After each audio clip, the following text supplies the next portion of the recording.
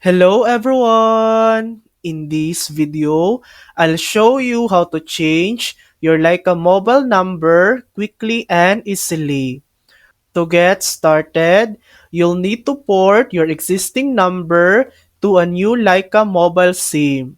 First, request a PAC code from your current provider by texting PAC to 65075 from your old number.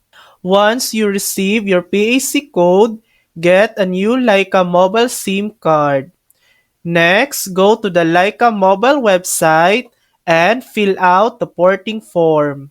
Or contact Leica Mobile Customer Service for assistance.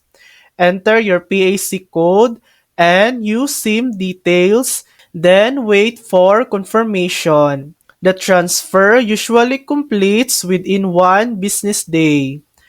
And that's it. Your new Leica mobile SIM will now have your old phone number. Thanks for watching.